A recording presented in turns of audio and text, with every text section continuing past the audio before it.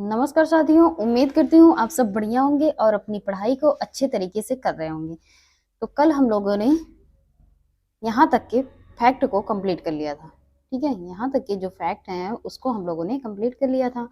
आज जो हम शुरू करेंगे वो भारत के प्रमुख दर्रे। क्या शुरू करेंगे भैया? भारत के प्रमुख दर्रे। ठीक है, तो चलिए शुरू करते हैं। आज के फैक्ट दर्रे से जो रिलेटेड होंगे, तो चलिए देखते हैं। फैक्ट है हमारा, जोजिला दर्रा किस राज्य में स्थित है? जोजिला दर्रा किस राज्य में स्थित है? तो वो है जम्मू कश्मीर में। किसमें है भैया? जम्मू कश्मीर में। ठीक है, जोजिला दर्रा किसे जोड़ता है? जोजिला दर्रा किसे जोड़ता है? तो वो श्रीनगर और लेह को जोड़ता है। किसे? श्रीनगर और लेह को कौन सा दर्रा जोड़ता है? तो वो है जोजिला दर्रा। ठीक है, नाथुला और जयपला जयपला जिलेपला सॉरी नाथुला और जिलेपला दर्रा किस राज्य में स्थित है? नाथुला और जिलेपला दर्रा किस राज्य में स्थित है? तो वो है सिक्किम में। इसमें है भैया? सिक्किम में। ठीक है, तुजू दर्रा भारत को किस देश से जोड़ता है? तुजू दर्रा जो है वो भारत को किस देश से जोड़ता है? तो वो जोड़ता है म्यांमार से। किससे भैया? म्यांमार से। पीपली घाट दर्रा किस पर्वतीय भाग में स्थित है? पीपली घाट दर्रा किस पर्वतीय भाग में स्थित है? तो वो है अरावली। इसमें भैया? अरावली में। ठीक है, इसके आगे, पालघाट दर्रा किन दो राज्यों को जोड़ता है? पालघाट दर्रा किन दो राज्यों को जोड़ता है? तो वो है तमिलनाडु और केरल। इसको भैया? तमिलनाडु और केरल को। खैबर दर्रा कहाँ स्थित है? खैबर दर्रा जो है वो कहाँ स्थित है? तो वो है भैया पाकिस्तान में। कहाँ स्थित है? पाकिस्तान में। ठीक है, खैबर दर्रा किन दो देशों को जोड़ता है? तो वो जोड़ता है अफगानिस्तान और पाकिस्तान को। खैबर दर्रा जो है वो अफगानिस्तान और पाकिस्तान को जोड़ता है। ठीक है, सिप किला दर्रा, बारला और पाचाला दर्रे किस राज्य में स्थित हैं? सिप किला, बाराला और पाचाला दर्रा किस राज्य में स्थित हैं? तो वो है हिमाचल प्रदेश में। किसमें भैया? हिमाचल प्रदेश में। ठीक है, इसके आगे देखते हैं। इसके आगे जो है, बुर्जिला दर्रा किस राज्य में स्थित है? तो वो है जम्मू कश्मीर में। बुर्जिला दर्रा किस राज्य में स्थित है? तो वो है जम्मू कश्मीर में। नाथुला दर्रा किन दो देशों को जोड़ता है? तो वो जोड़ता है भारत और चीन को। भारत और चीन को कौन सा दर्रा जोड़ता है भैया? तो वो है नाथुला दर्रा। ठीक है, इसके आगे, सिप किला दर्रा किस नदी घाटी में पड़ता है? सिप किला दर्रा जो है वो किस नदी घाटी में पड़ता है? तो वो पड़ता है सतलज नदी घाटी में। इसमें भैया? सतलज नदी घाटी में। इसके आगे, जवाहर सुरंग का नाम किस दर्रे को दिया गया? जो जवाहर सुरंग किस नाम के दर्रे को दिया गया? तो बनिहाल दर्रा का नाम बदल करके जवाहर सुरंग कर दिया गया। ठीक है, नासिक और मुंबई को कौन सा दर्रा जोड़ता है? नासिक और मुंबई को कौन सा दर्रा जोड़ता है? तो वो जोड़ता है थालघाट दर्रा। कौन सा भैया? थालघाट दर्रा। ठीक है, इसके आगे, थालघाट, पालघाट, भोरघाट दर्रे किस पर्वतमाला में स्थित है? तो ये किस पर्वतमाला में है भैया? ये है पश्चिम घाट में। ठीक है, पश्चिम घाट में थालघाट, पालघाट, भोरघाट। तो ये घाट से आप लोग जान जाएंगे कि ये पश्चिमी घाट में है। ठीक है भैया, इसके आगे, आर्यों ने किस दर्रे से होकर भारत में प्रवेश किया था? आर्यों ने किस दर्रे से होकर भारत में प्रवेश किया था? तो वो था खैबर दर्रा। और खैबर दर्रा कहाँ है भैया? पाकिस्तान में। ठीक है, बोमडीला दर्रा किस राज्य में स्थित है? बोमडीला दर्रा किस राज्य में स्थित है? तो वो है हमारा काराकोरम। क्या है भैया? काराकोरम। ठीक है, आफिल दर्रा किस पर्वत श्रेणी में स्थित है? आफिल दर्रा किस पर्वत श्रेणी में स्थित है? तो वो है भारत और चीन। किसमें भैया? भारत और चीन के। ठीक है, आफिल दर्रा सॉरी, हाँ,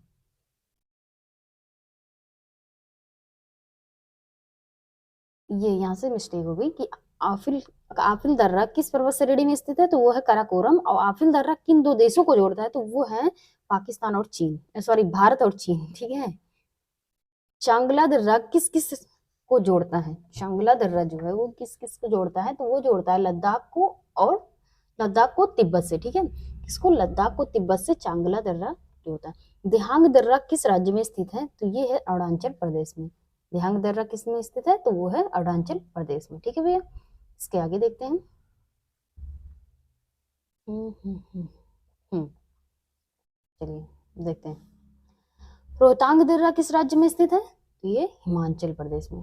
किसमें स्थित है? हिमाचल प्रदेश में, ठीक है। थांगला दर्रा कहाँ स्थित है?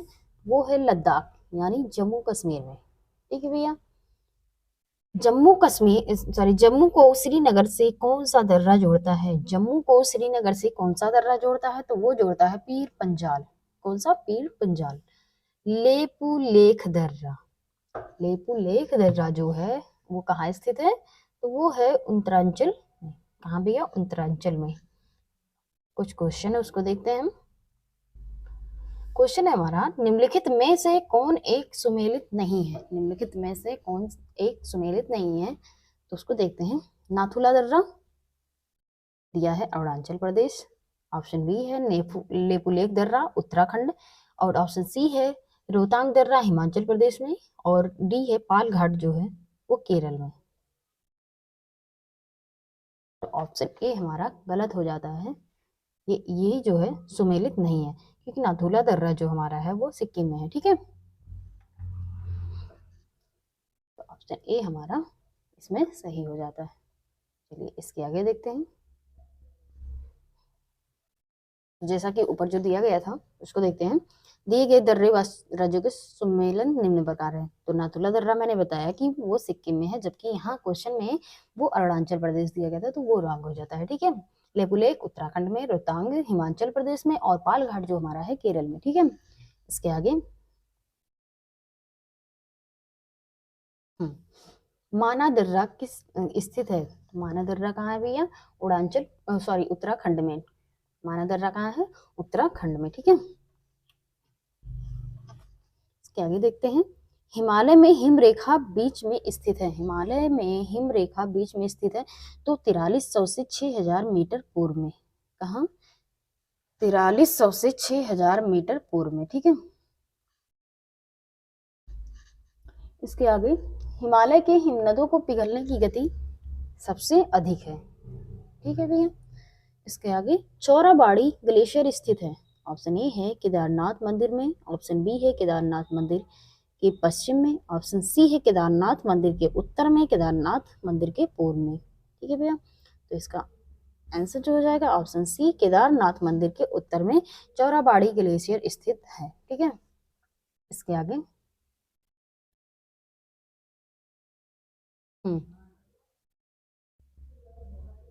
मिलान हिमनद किस प्रक्षेत्र में स्थित है? तो वो है कुमायूं प्रक्षेत्र में। इसमें भैया कुमायूं प्रक्षेत्र में, ठीक है। जेगू ग्लेशियर कहाँ स्थित है? तो वो है सिक्किम और नेपाल में। कहाँ है? सिक्किम और नेपाल में। रीमो पुनमाह और रूपल ग्लेशियर कहाँ स्थित है? तो वो है कश्मीर में। कहाँ है? कश्मीर में, ठीक है भैया। तो जितने हमारे दर्रे से रिलेटेड फैक्ट थे वो यहाँ समाप्त होते हैं। अब जो हम देखेंगे वो भारत की नदियाँ, यानी भारत की नदियों से रिलेटेड जो हमारे फैक्ट है उनको अब हम करेंगे। तो सबसे पहले हम देखेंगे उत्तर भारत की नदियाँ। नदियों में हम देखेंगे उत्तर भारत की नदियाँ, उससे रिलेटेड जो फैक्ट है उसको हम देखते हैं। तो चलिए आइए शुरू करते हैं हम। हिमालय तथा हिमालय के परे क्षेत्र से निकलने वाली नदियों को 3 नदी तंत्रों में विभाजित किया जाता है। कौन कौन से हैं वो? पहला तो है सिंधु नदी तंत्र, दूसरा गंगा नदी तंत्र, और तीसरा जो हमारा है वो ब्रह्मपुत्र नदी तंत्र।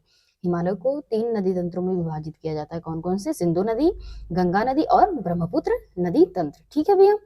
इसके आगे देखते हैं। तो अब हम जो करेंगे उसमें पहला करेंगे सिंधु नदी तंत्र, ठीक है। पहले हम देखेंगे सिंधु नदी तंत्र से रिलेटेड फैक्ट। फैक्ट है हमारा, सिंधु नदी कहाँ से निकलती है? तो वो निकलती है बोखरचू हिमनद यानी कैलाश पर्वत श्रेणी से, ठीक है। इसके आगे सिंधु नदी की कुल लंबाई कितनी है? तो वो है 2880 किलोमीटर। कितना है? 2880 किलोमीटर। सिंधु नदी की भारत में कितनी लंबाई है? सिंधु नदी की भारत में कितनी लंबाई है? तो वो है 709 किलोमीटर। कितना है भैया? 709 किलोमीटर। इसके आगे झेलम, चेनाब, रावी, ब्यास तथा सतलज किस नदी की सहायक नदियां हैं? झेलम, चेनाब, रावी, ब्यास तथा सतलज किस नदी की सहायक नदियां हैं? तो वो है सिंधु नदी की। किसकी भैया? सिंधु नदी की सहायक नदियां हैं। इसकी अक्सर पूछा जाता है, तो ये फैक्ट जो हमारा है वो इंपॉर्टेंट हो जाता है। इसको ध्यान में रखिएगा कि इसकी सहायक नदियां कौन कौन सी है? तो सहायक नदियां कौन कौन सी हैं? झेलम है, चेनाब है, रावी है, ब्यास है, सतलज है। ठीक है, इसके आगे सिंधु नदी को तिब्बत में किस नाम से जाना जाता है? तो वो जाना जाता है सिंघी, खम्बन या ल्यांस माउथ। ठीक है, सिंधु नदी द्वारा निर्मित सबसे गहरे महाखंड का क्या नाम है? तो वो नाम है गिलगित। ठीक है, गिलगित 5200 मीटर। ठीक है भैया, इसके आगे झेलम नदी के उद्गम स्थल का नाम क्या है? तो वो है बेरीनाग। झेलम नदी के उद्गम स्थल कहाँ, क्या नाम है? तो वो है बेरीनाग। कश्मीर में सबसे महत्वपूर्ण नदी कौन सी है? तो वो है झेलम। कश्मीर में सबसे महत्वपूर्ण नदी कौन सी है? तो वो है झेलम। ठीक है, चिनाब नदी को हिमाचल प्रदेश में किस नाम से जाना जाता है? चिनाब नदी को हिमाचल प्रदेश में किस नाम से जाना जाता है? तो वो जाना जाता है चंद्रभागा। किस नाम से भैया? चंद्रभागा। ठीक है, रावी नदी कहाँ से निकलती है? तो वो निकलती है रोहतांग दर्रे से। कहाँ से निकलती है भैया? रोहतांग दर्रे से निकलती है। ठीक है भैया, रावी नदी को किस और अन्य नाम से जाना जाता है? रावी नदी को और किस अन्य नाम से जाना जाता है? तो वो जाना जाता है परुसड़ी या इरावती। किससे भैया? परुसड़ी या इरावती। ठीक है, इसके आगे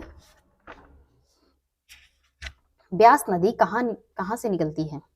ब्यास नदी जो है वो कहाँ से निकलती है? तो हमारी निकलती है व्यास कुंड से। और व्यास कुंड है कहाँ? हिमाचल प्रदेश में। कहाँ भैया? हिमाचल प्रदेश में व्यास कुंड है। ठीक है, इसके आगे ब्यास नदी को किस अन्य नामों से जाना जाता है? तो वो जाना जाता है बिपाशा या अर्घिकिया से। किससे? बिपाशा या अर्घिकिया से। ठीक है, सतलज नदी कहाँ से निकलती है? सतलज नदी कहाँ से निकलती है? तो वो निकलती है भैया राकसताल झील से। कहाँ से? राकसताल झील से निकलती है। ठीक है, कहाँ से निकलती है भैया? राकसताल झील से। इसके आगे घाघरा नदी कहाँ से निकलती है? तो वो निकलती है शिवालिक के पाद यानी मालवा पंख से। ठीक है, घाघरा नदी को किस नाम से जाना जाता है? तो पौराणिक में सरस्वती, सरस्वती नाम से घाघरा नदी को जाना जाता है। ठीक है, अब जो हम देखेंगे वो गंगा नदी तंत्र देखेंगे। ठीक है, क्या देखेंगे भैया? गंगा नदी तंत्र। चलिए देखते हैं, एक मिनट।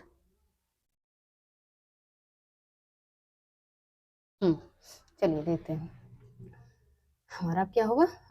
हम लोगों ने अब तक सिंधु नदी तंत्र किया। ठीक है, और अब गंगा नदी तंत्र करेंगे। तो राइट है हमारा, गंगा नदी का उद्गम स्थल कहाँ है? गंगा नदी का उद्गम स्थल कहाँ है? तो गोमुख हिमनद।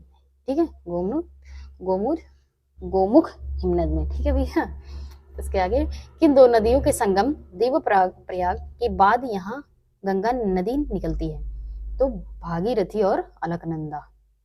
भागीरथी और अलकनंदा। ठीक है, इन दो नदियों के संगम से देवप्रयाग का निर्माण होता है। ठीक, इसके आगे भारत का सबसे बड़ा नदी बेसिन का क्या नाम है? तो वो है गंगा नदी बेसिन।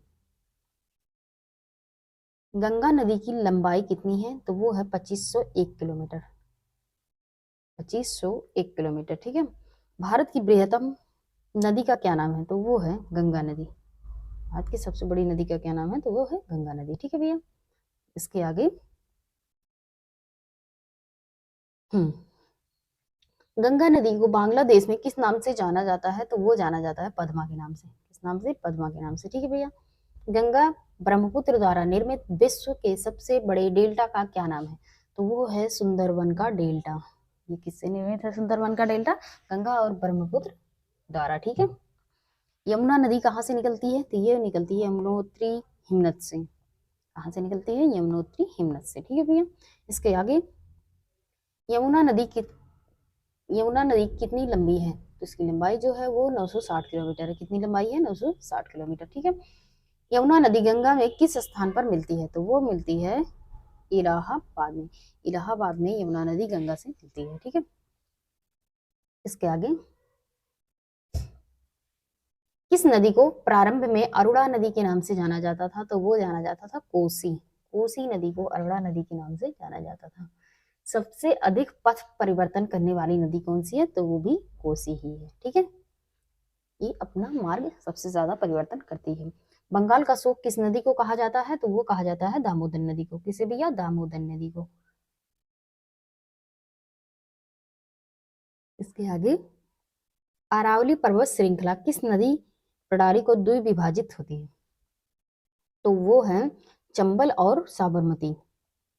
किससे भैया? चंबल और साबरमती से। इसके आगे, हम्म इसको मैं थोड़ा और जूम कर दूं। हाँ, अब ठीक है।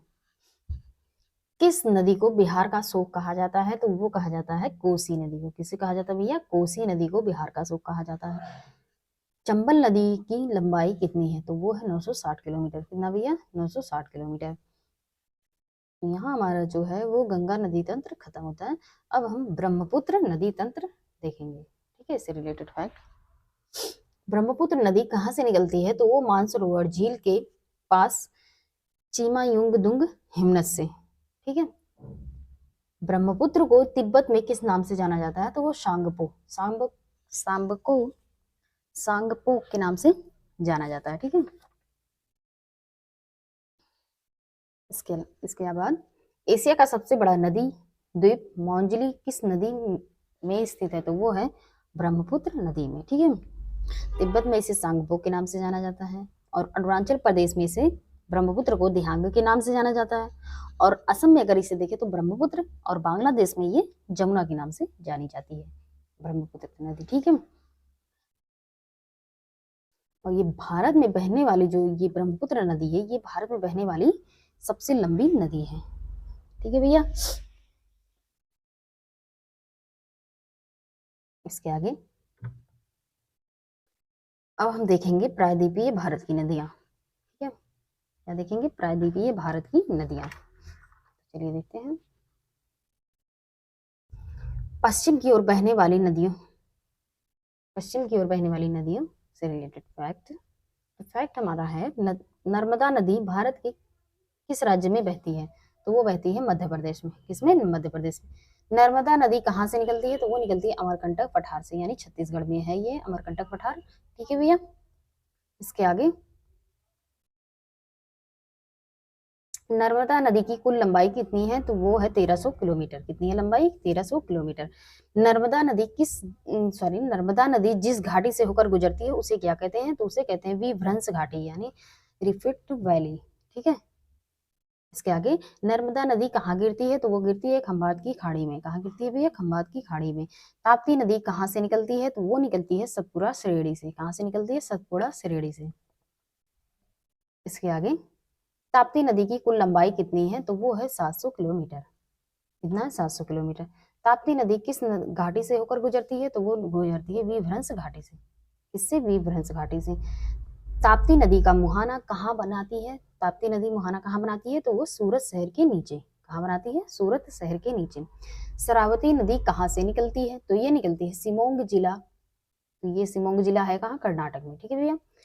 गारसोपा जल गारसोपा जलप्रपात या गारसोपा जलप्रपात किस नदी पर स्थित है? तो वो भी शरावती नदी पर स्थित है। ठीक है भैया। इसके आगे, भारत की लवण नदी के नाम से किस नदी को जाना जाता है? तो वो जाना जाता है लूनी नदी को। लूनी नदी को लवण नदी के नाम से जाना जाता है। लूनी नदी किस में गिरती है? तो वो गिरती है कच्छ के रण में। ठीक है। साबरमती नदी कहाँ गिरती है? तो ये गिरती है खंभात की खाड़ी में। साबरमती नदी कहाँ गिरती है? खंभात की खाड़ी में। बनास नदी कहाँ गिरती है? तो ये कच्छ के रण में गिरती है। और माही नदी कहाँ गिरती है? तो ये भी हमारा खंभात की खाड़ी में गिरती है। ठीक है। अब इसके आगे कुछ फैक्ट हैं। पश्चिम की ओर बहने वाली नदियां डेल्टा का निर्माण नहीं करती हैं। ये मेन फैक्ट है। ठीक है, इसको ध्यान में रखिएगा। पश्चिम की ओर जितनी भी नदियां गिरती हैं वो डेल्टा का निर्माण नहीं करती हैं। ठीक है, ये मोस्ट इंपॉर्टेंट है, इसको ध्यान में रखिएगा आप लोग। ठीक है भैया। पूर्व की ओर बहने वाली नदियां आप देखेंगे हम। गोदावरी नदी कहाँ से निकलती है? तो वो नासिक महाराष्ट्र से। नासिक कहाँ है? महाराष्ट्र में। ठीक है भैया। गोदावरी नदी कहाँ गिरती है? तो ये बंगाल की खाड़ी में गिरती है। कहाँ गिरती है भैया? बंगाल की खाड़ी में। इसके आगे, दक्षिण भारत या प्रायद्वीपीय भारत की सबसे बड़ी नदी कौन सी है? तो वो है गोदावरी नदी। कौन सी? गोदावरी नदी। वृद्ध गंगा के नाम से किस नदी को जाना जाता है? तो वो गोदावरी नदी को जाना जाता है वृद्ध गंगा के नाम से। वेनगंगा, पेनगंगा किसकी सहायक नदियां हैं? तो ये गोदावरी की सहायक नदियां हैं। पेनगंगा, वेनगंगा किसकी सहायक नदियां हैं? तो ये गोदावरी की सहायक नदियां। कावेरी नदी कहाँ निकलती है? तो वो निकलती है ब्रह्मगिरी श्रेणी में। कहाँ निकलती है? ब्रह्मगिरी श्रेणी में। तो आज के लिए इतना ही। Thank you so much.